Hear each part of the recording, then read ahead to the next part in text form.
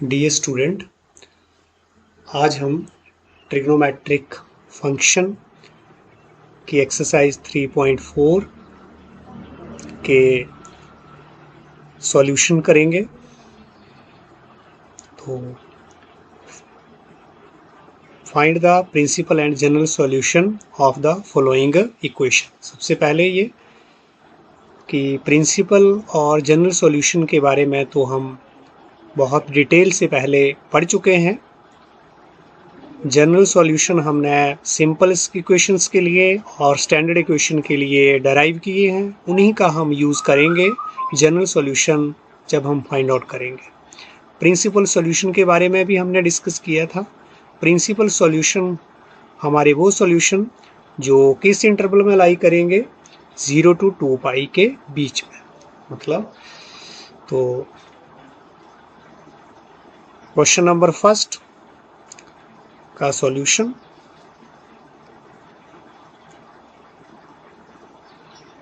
यहाँ पर हमें गिवन है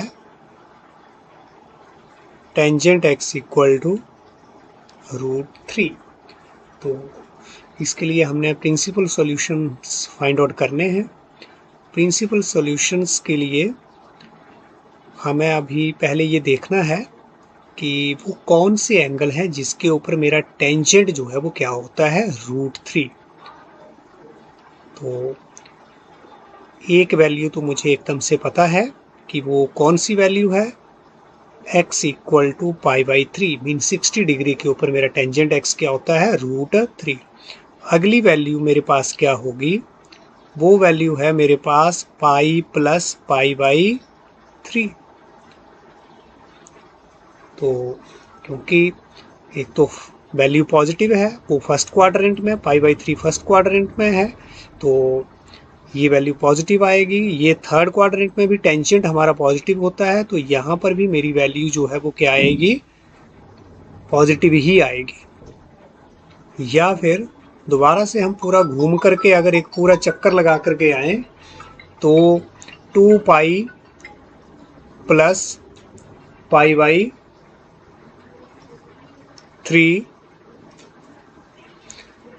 इसके ऊपर भी मेरी वैल्यू जो है वो क्या आएगी, टेंजेंट x की √3। सो ऑन, ऐसे हमारे पास इनफाइनाइटली मैनी सॉल्यूशन जो है वो मिलते जाएंगे। तो ये थोड़ा सा आप फिर से देख लें, क्योंकि टेंजेंट पाई प्लस π/3, तो this is equal to what, pi के ऊपर तो मेरा टेंजेंट जो है वो चेंज नहीं होगा, टेंजेंट ही रहेगा पाई के ऊपर।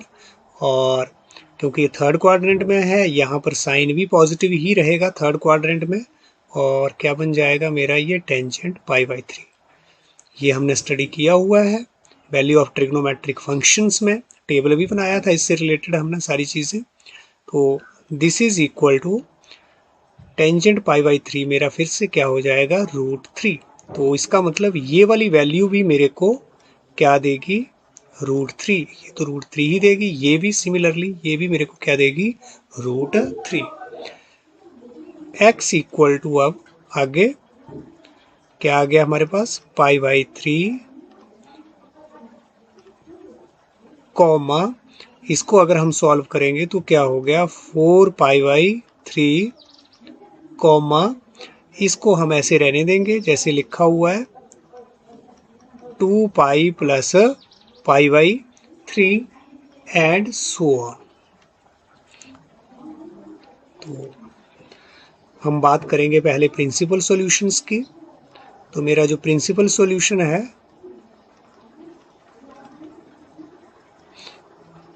प्रिंसिपल सॉल्यूशन हमारा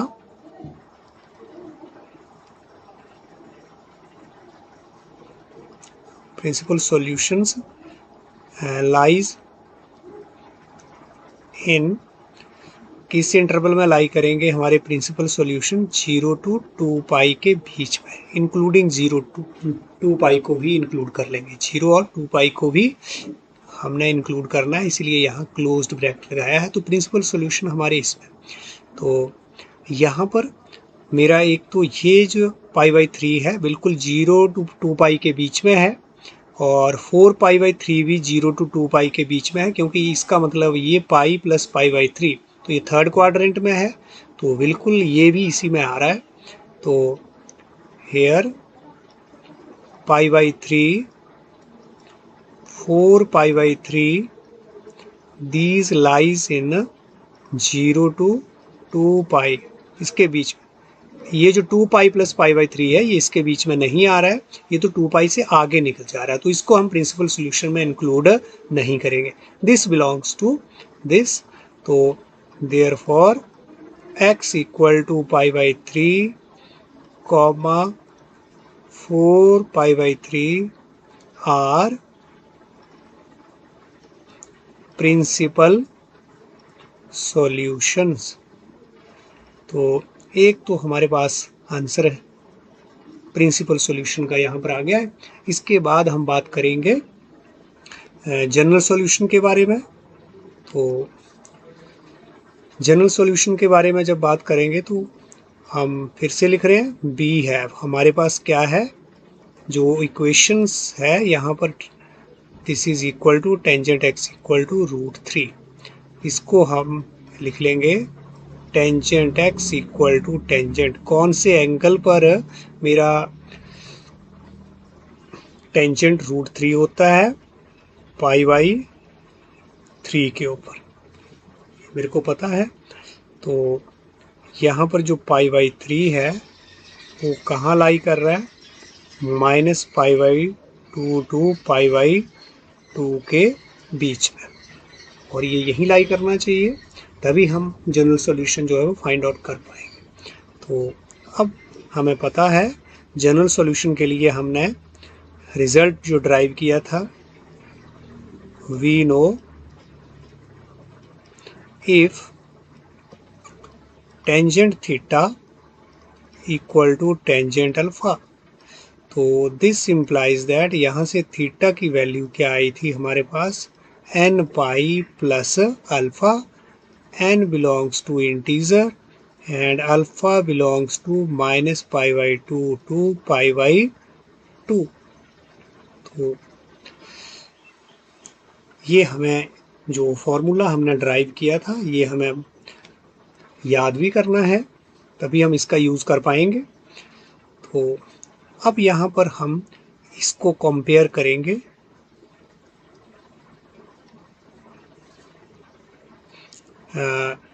टेंजेंट ऑफ थीटा को इसके साथ, तो ये x की जगह हमारे पास क्या आ रहा है थीटा, और यहाँ अल्फा की जगह क्या आ रहा है हमारे पास π/3। तो हमने कंपेयर किया है इसको इस रिजल्ट के साथ। तो हेयर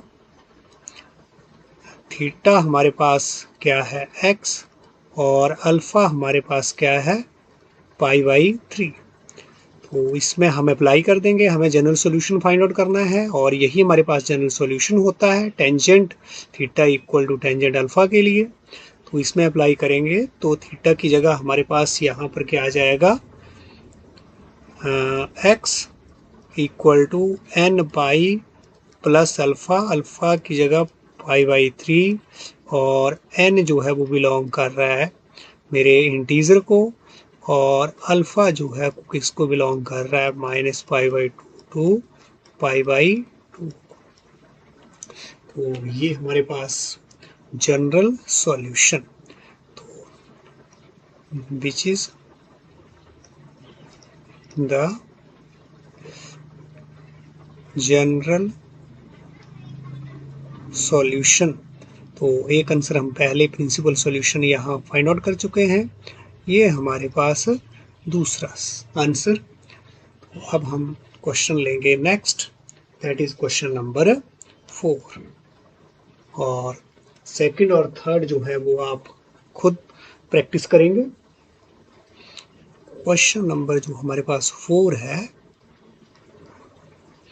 उसका हम सॉल्यूशन, क्या हमारे पास ट्रिग्नोमेट्रिक इक्वेशन थी cosec x इक्वल टू -2, तो इसको हम कन्वर्ट कर लेंगे अपने साइन में। 1/sin x equal to -2। इसको हम क्या लिख सकते हैं, sin x इक्वल टू -1/2। तो अब इससे हमने क्या फाइंड आउट करने हैं, अपने पहले प्रिंसिपल सॉल्यूशन। एक ध्यान रखना है कि प्रिंसिपल सॉल्यूशंस की जो वैल्यू है वो हमने पॉजिटिव एंगल में देनी है, नेगेटिव में नहीं। तो अब इसको थोड़ा हम जो पॉजिटिव ऊपर टेंजेंट x इक्वल टू √3 था उसके लिए तो सीधा पॉजिटिव एंगल आ गया, लेकिन यहाँ हमें पॉजिटिव एंगल बनाना है तो साइन x क्या है, नेगेटिव। पहली बात तो ये ध्यान रखें, नेगेटिव का मतलब है मुझे आंसर जो है वो कहाँ पर देना है, सेकंड और थर्ड क्वाड्रेंट में, सॉरी थर्ड और फोर्थ, क्योंकि साइन जो हमारा x है वो फर्स्ट और सेकंड में तो क्या होता है, पॉजिटिव, थर्ड और फोर्थ में क्या होता है, नेगेटिव। तो इसका मतलब मेरा आंसर पक्के से किस में आने वाला है, थर्ड और फोर्थ क्वाड्रेंट में। तो थोड़ा इसको आगे करें, साइन x इक्वल टू, इसको मैं क्या लिख सकता हूँ, साइन π/6। ये मेरे को पता है साइन π/6 की वैल्यू क्या है, 1/2, माइनस की जगह माइनस वैसे लिख दिया है। अब इसको हमने थोड़ा और सॉल्व करना है, दिस इज इक्वल टू, इसको मैं क्या लिख सकता हूँ, साइन π प्लस π/6। तो ये आप ध्यान दें, ये मैंने कैसे लिखा, मेरे को पता है वैल्यू ऑफ ट्रिग्नोमेट्रिक फंक्शन में आपने किया है, sine of pi plus theta equal to minus sine theta. ये आपको रिजल्ट जो है वो मैंने मेमोराइज करने के लिए भी बोले थे और आपको ये प्रूफ भी करवाए हैं, तो आप वहाँ से देखें। अगर आपको कोई प्रॉब्लम है तो पहले इनको बहुत अच्छे से आप समझें। तो ये हमने लिख लिया है। अब प्रिंसिपल वैल्यूज जो है वो मेरी किसके बीच में आएगी, 0 to 2π के बीच में। तो ये थर्ड क्वाड्रेंट में तो मेरी ये वैल्यू आ रही है। एक और फोर्थ क्वाड्रेंट में भी मेरे पास ये जो -1/2 वैल्यू बिल्कुल अपीयर होगी फोर्थ क्वाड्रेंट में। वो कैसे, साइन ऑफ उसको क्या लिख सकते हैं, 2π - π/6। ये दोनों वैल्यूज पर, इसके ऊपर भी और इसके ऊपर भी मेरी जो वैल्यू है वो क्या रहेगी, -1/2। यहाँ पर मैंने आपको बता दिया ये वाली आइडेंटिटी, और यहाँ पर साइन ऑफ 2π - थीटा, ये भी हमारे पास क्या होता है, this is equal to also minus sine theta. तो दिस इज इक्वल टू क्या आ गया है मेरे पास, साइन, दिस इज, इसको सॉल्व करेंगे 7π/6 and this is sine 6 2 11π, 12π minus pi कितना हो गया, 11π/6। तो अब इससे आगे मैं नहीं जाऊंगा क्योंकि ये 2π - थीटा में तो मैंने एंगल लिख दिया है। अगर मैं आगे जाऊंगा 2π से आगे तो फिर वो प्रिंसिपल सॉल्यूशन मेरा नहीं होगा। तो दिस इम्प्लाइज दैट यहाँ से अगर मैं निकालूं तो मेरे पास x जो है, इसको और इसको अब कंपेयर करूं तो साइन की यहाँ जगह साइन और x के प्लेस पर क्या है, यहाँ 7π/6। तो x की वैल्यू एक क्या है, π/6। दूसरी वैल्यू इसको और इसको कंपेयर करें तो मेरे पास साइन की जगह यहाँ साइन और x के प्लेस पर क्या है, 11π/6। तो ये मेरे पास अब क्या आ गए हैं, प्रिंसिपल सॉल्यूशन। तो ये किस में बिलोंग कर रहे हैं, किस इंटरवल में लाई कर रहे हैं, 0 to 2π।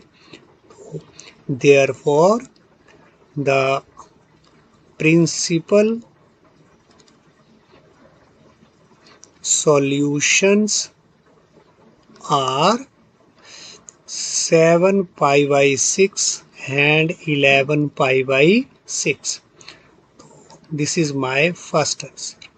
ये हमारा पहला आंसर।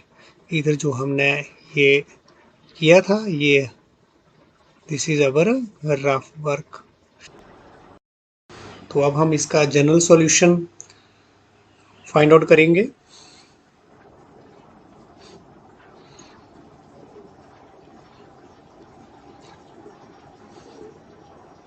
हमारे पास क्या है, sine x equal to 1/2। This implies that sine x equal to -1/2। तो साइन एक्स इक्वल टू क्या लिख सकते हैं हम, -π/6। This implies that sine x equal to sine minus of π/6। ये कैसे, साइन ऑफ -x हमारे पास क्या होता है, माइनस साइन एक्स। तो उसी का हमने यूज किया यहाँ पर, minus sine x equal to sine of -x। अब यहाँ पर मेरा -π/6 है वो किसको बिलोंग कर रहा है, this belongs to -π/2 to π/2 closed interval. तो अब वी नो, हमें पता है जब हमारे पास साइन थीटा इक्वल टू क्या रहता है, sine alpha. This implies that theta equal to n pi plus minus n। n belongs to integer and our alpha, यहाँ पर हमारे पास अल्फा भी है, -1⁻n into alpha. Alpha belongs to closed interval -π/2 to π/2। तो अगर अब हम इसको कंपेयर करें इधर, तो हमारे पास थीटा जो है वो क्या आ रहा है, इक्वल टू x, और अल्फा हमारे पास क्या है, अल्फा की वैल्यू दैट इज -π/6। और ये बिल्कुल किसके बीच में वैल्यू लाई कर रही है, -π/2 टू π/2। तो देयरफॉर हमारे पास जो द जनरल सॉल्यूशन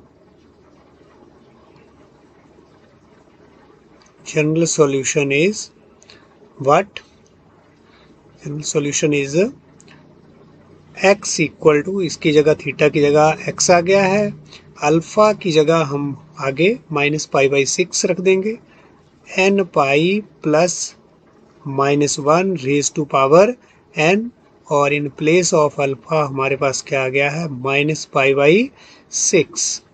तो दिस इम्प्लाइज दैट यहाँ n जो है that is what, integer. x equal to n pi plus और माइनस हमारे पास क्या हो गया है, -1⁻n, और यहाँ पर हमारे पास π/6, where n belongs to integer, and this is our general solution। तो नेक्स्ट हमारे पास question number 5, find the general solution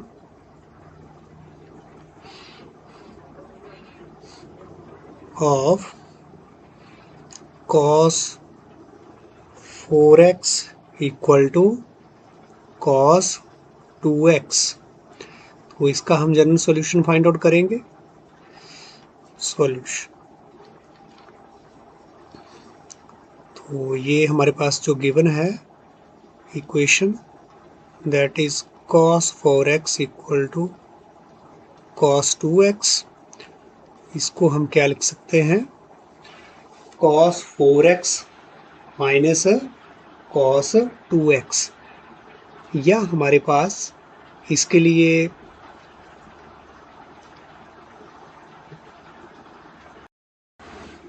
we know,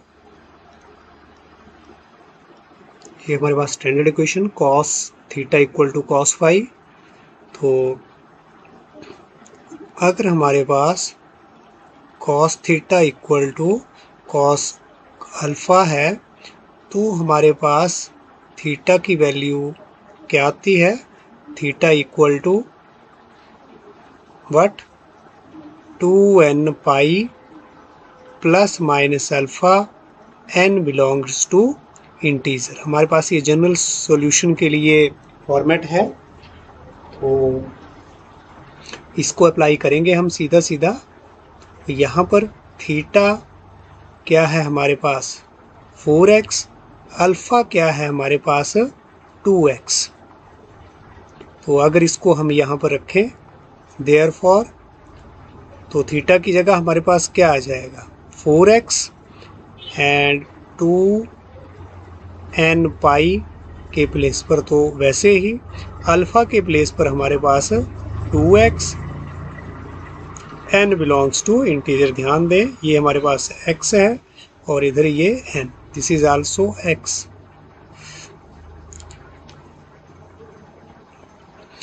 तो हमारे पास प्लस माइनस में दो वैल्यू यहाँ पर आ रही है।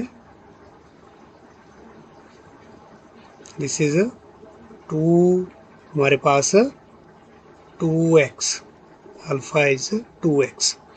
तो this implies that 4x equal to 2n pi, एक प्लस के साथ वैल्यू, और दूसरी 4x equal to 2n pi minus 2x। This implies that 4x 2x इधर आ गया माइनस 2x, 2n पाई और 4x इधर हमारे पास 2x आ गया है, इज इक्वल टू ये जो 2x है वो इधर ले आया, दैट इज प्लस का हो गया, this is equal to 2n pi. This implies that 4x minus 2x is what? 2x equal to 2n pi, और this is 4x plus 2x equal to 6x 2n pi. यहाँ पर हर जगह हमारे पास n जो है दैट इज अ इंटीजर, ये बिल्कुल आप ध्यान रखें। This implies that our x is 2n pi upon 2 और x equal to 2n pi upon 6, n belongs to integer. This implies that x equal to n pi और x equal to n pi by 3, n belongs to integer। तो ये हमारे पास क्या आ गया? General solution n pi और x equal to n pi upon 3, which is the general solutions। तो ये हमारे पास क्वेश्चन नंबर 5। अब हम नेक्स्ट लेंगे question number 6।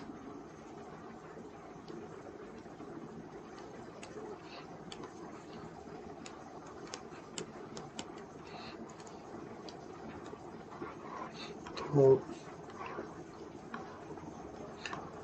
This is our question number 6। इसमें भी आप जनरल सॉल्यूशन फाइंड आउट करेंगे, तो सीधे मैं सॉल्यूशन कर रहा हूँ। हमारे पास जो इक्वेशन है cos 3x plus cos x minus cos 2x equal to 0, this is our trigonometric equation.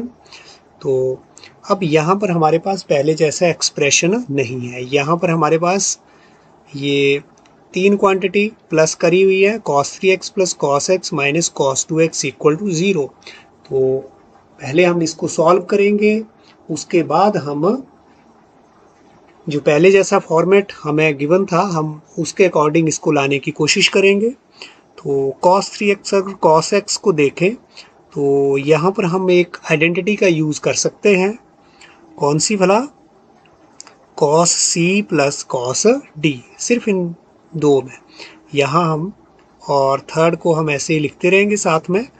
तो दिस इम्प्लाइज दैट हमारे पास 2 cos of C plus D, C plus D हमारे पास इस तरह से हमने स्टडी किया था, और कॉस सी माइनस डी अपॉन 2 और minus cos 2x equal to 0। इसको तो वैसे ही रखा है, सिर्फ cos 3x plus cos x की जगह हमने आइडेंटिटी लगाई है। तो दिस इम्प्लाइज दैट 2 cos, यहाँ पर क्या हो गया हमारा 4x और अपॉन 2, और cos 3x माइनस x हमारे पास क्या हो गया है 2x अपॉन 2 और minus cos 2x equal to 0। This implies that 2 cos, this is 2x, 2 से यहाँ पर हमारे पास ये 2 कैंसिल हो गया, 2 2 सा 4, तो यहाँ क्या रह गया है 2x, और यहाँ पर 2 से 2 कैंसिल, तो this is cos of x minus cos 2x equal to 0। अब यहाँ से कुछ कॉमन हमारे पास आ रहा है, cos 2x हमारे पास यहाँ पर भी और यहाँ पर भी है, तो हमने कॉमन ले लिया। इधर मेरे पास क्या बचा 2 cos x minus 1 equal to 0। यहाँ से cos 2x कॉमन, 2 रह गया और cos x रह गया, और यहाँ पर 1 रह गया। दिस इज, अब यहाँ से आप देखें तो क्या है cos 2x या तो ये 0 या फिर हमारा 2 cos x माइनस 1 क्या होगा 0। दोनों क्वांटिटी का मल्टीप्लिकेशन 0 है, इसलिए आइदर दिस वन इज 0 और दिस वन विल बी 0। तो अब यहाँ पर cos 2x हमारे पास क्या बन के आ रहा है 0 के इक्वल बन के आ रहा है। तो ये हमने सिंपल जो आपकी ट्रिग्नोमेट्रिक इक्वेशंस की थी, तो उसमें हमने जो फॉर्मूला ड्राइव किया था cos थीटा इक्वल टू 0, तो हमारे पास थीटा की वैल्यू क्या आती थी 2, जैसे यहाँ थीटा के प्लेस पर क्या है 2x, this is equal to 2n plus 1 pi by 2। तो n जो है वो क्या है यहाँ पर इंटीजर, तो ये तो आपको बिल्कुल बोला गया था रिजल्ट याद करने के लिए। और यहाँ पर हम क्या लिख सकते हैं इसको 2 cos x इक्वल टू 1, इस इक्वेशन को उधर ले जा करके 1 क्या बन गया है माइनस 1 क्या हो गया 1। तो this implies that this is 1। तो यहाँ से this implies that x equal to हमारे पास क्या आ गया 2n प्लस 1 और पाई बाई 2 नीचे जा करके pi by 4, n belongs to integer. तो एक तो जनरल सोल्यूशन हमारे पास ये आ गया है। दूसरे के लिए हम यहाँ चलेंगे और cos x इक्वल टू क्या आ गया मेरे पास 1/2। तो ये जनरल सोल्यूशन आ गया है। अब हम इसको सॉल्व करेंगे। cos x इसको हम क्या लिख सकते हैं this is cos of pi by 3, क्योंकि cos पाई बाई 3 इज 1/2। तो अब फिर से ये cos x equal to cos, जैसे cos theta equal to cos alpha. तो अब यहाँ पर मैं डायरेक्ट इसका जनरल सॉल्यूशन लिख रहा हूँ। तो x मेरे पास क्या आएगा, हमारे पास इसका जो सॉल्यूशन है वो क्या है 2n पाई प्लस अल्फा। तो और जो अल्फा है वो किसके बीच में होना चाहिए, दिस बिलोंग्स टू 0 टू पाई, और i जो है n जो है वो यहाँ पर क्या है integer, n is what here integer. तो एक जनरल सॉल्यूशन मेरे पास यहाँ मिल गया है, यहाँ प्लस माइनस के लिए 2 साइन। तो इस तरह से मेरे पास जनरल सॉल्यूशन जो यहाँ पर आए हैं वो कौन कौन से हैं, therefore the general solutions are what. एक तो हमारे पास यहाँ आया है ये, तो this is x equal to 2n+1 π/4 और n belongs to integer.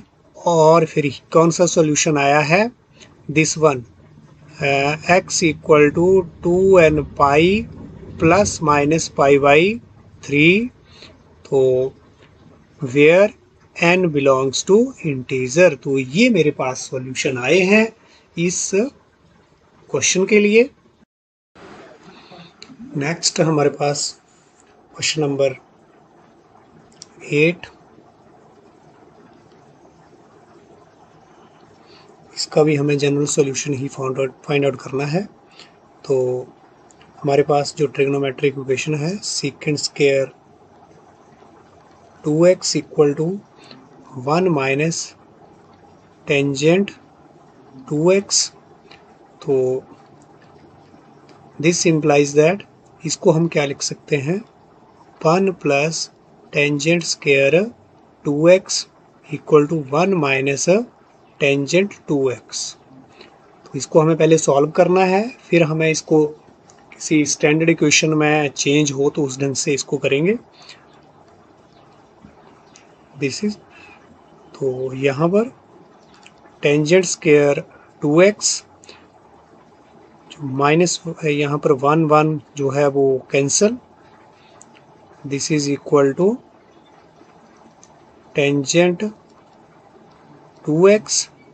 This implies that tangent square 2x minus tangent 2x equal to 0. This implies that tangent 2x हमारे पास कॉमन, और यहाँ पर tangent 2x minus 1 equal to 0. This implies that या तो मेरे पास tangent 2x जो है वो क्या होगा 0, या फिर tangent 2x minus 1 equal to 0. Either this one is 0 और this one, यहाँ से या तो ये 0 होगा या फिर ये 0 होगा हमारे पास। तो this implies that, इसके लिए अगर हम सॉल्यूशन फाइंड आउट करें टेंजेंट 2x इक्वल टू 0 के लिए, तो इसको हम कैसे लिख सकते हैं, tangent 2x equal to at which angle tangent is 0, तो 0 डिग्री पर ही हमारा जो एंगल है वो क्या होता है, टेंजेंट 0 इज 0। और इधर हमारा, इसको हम क्या लिख सकते हैं, tangent 2x equal to 1। This implies that जब हमारे पास tangent theta equal to tangent alpha equation होती है, तो उसके लिए हमारे पास जो जनरल सॉल्यूशन है that is theta equal to n pi plus alpha. अब अल्फा यहाँ पर क्या है, अल्फा हमारे पास यहाँ पर 0, और हमारे पास यहाँ पर टेंजेंट 2x इक्वल टू क्या है 1, तो इसको हम क्या लिख सकते हैं, tangent 2x equal to tangent π/4। तो ऐसा हम यहाँ पर लिखेंगे इसको। 1 का मतलब क्या है, जब किस एंगल पर टेंजेंट 1 होता है π/4 पर, तो इसको हमने इसको ऐसे लिख दिया है। This implies that x equal to n π/2, यहाँ पर n बिलोंग्स टू इंटीजर, तो एक सॉल्यूशन हमारा यहाँ। और इसको अगर हम, इस सॉल्यूशन को अगर हम लिखेंगे तो हमारे पास क्या बनेगा, 2x equal to n pi plus alpha. अब यहाँ पर अल्फा क्या है मेरे पास π/4, और हमें पता है अल्फा हमारा किसके बीच में होना चाहिए, अल्फा हमारा -π/2 और π/2 के बीच में होना चाहिए। तो बिल्कुल π/4 जो है वो -π/2 और π/2 के बीच में आ रहा है। तो यहाँ पर भी हमारा अल्फा क्या था, यहाँ पर 0, और ये भी बिल्कुल किसके बीच में आ रहा था, -π/2 और π/2 के बीच में। This implies that x equal to n π/2, n belongs to integer, और 2x is what, n, हाँ 2 से यहाँ पर डिवाइड कर देंगे, 2 से हमें यहाँ पर डिवाइड करके क्या आएगा, n π/2 प्लस π/, यहाँ पर क्या हो गया, 2 यहाँ पर नीचे 2 चला गया, और यहाँ पर 4 2 ज़ा 8, n belongs to integer। तो these are the general solution, this one and this one, these are the general solution। तो यही हमारे यहाँ पर क्या है, आंसर। तो इस एक्सरसाइज में हमारे पास बाकी जो क्वेश्चन रहे हैं वो आप खुद करेंगे, खुद प्रैक्टिस करेंगे।